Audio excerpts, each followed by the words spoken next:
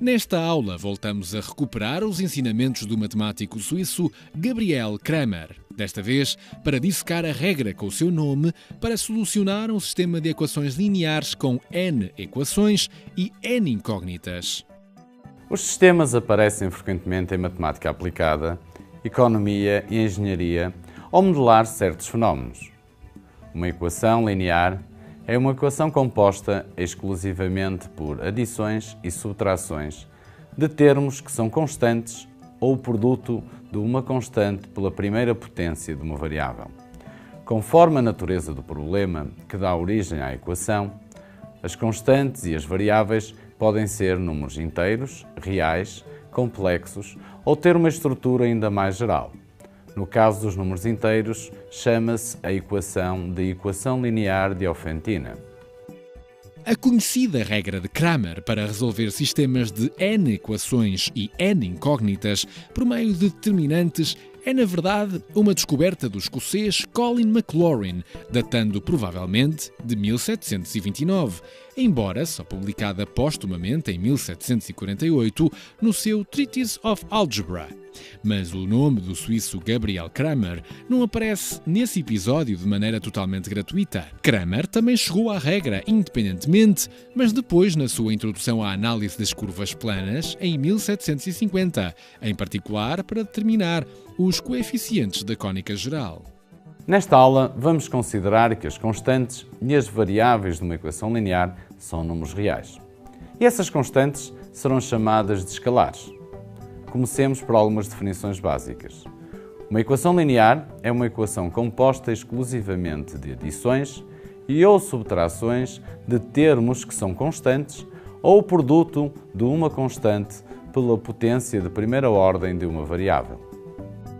Uma equação linear em n variáveis é uma equação que pode ser colocada na forma seguinte: A1x, 1 mais A2x2 mais A3x3, etc., mais ANx, n igual a b, sendo que os escalares A1, A2, etc., AN são denominados por coeficientes e b é chamado de termo independente ou termo constante.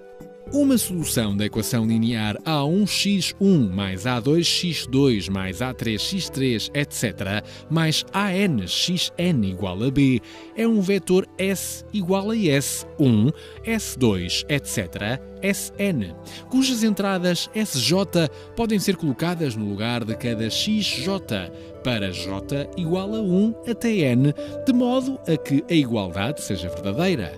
O conjunto solução de uma equação linear é aquele formado por todas as suas soluções. O sistema de equações lineares, ou sistema linear, é um conjunto de equações lineares envolvendo o mesmo conjunto de variáveis. O sistema geral de m equações lineares, com n incógnitas ou variáveis, pode ser escrito da seguinte forma. Aqui, x1, x2, etc., xn são as incógnitas.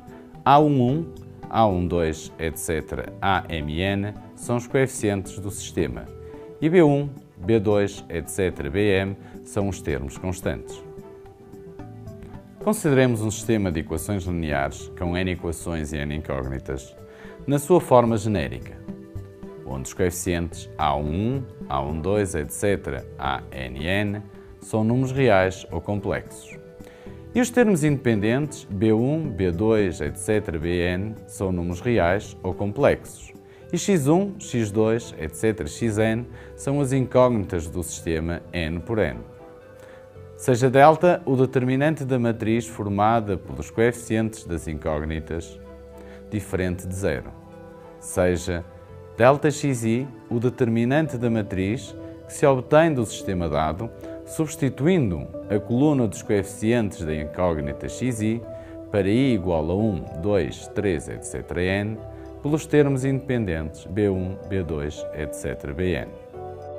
A regra de Cramer diz que os valores das incógnitas de um sistema linear de n equações e n incógnitas são dados por frações cujo denominador é o determinante delta dos coeficientes das incógnitas e o numerador é o determinante delta xi, ou seja, xi é igual a delta xi a dividir por delta.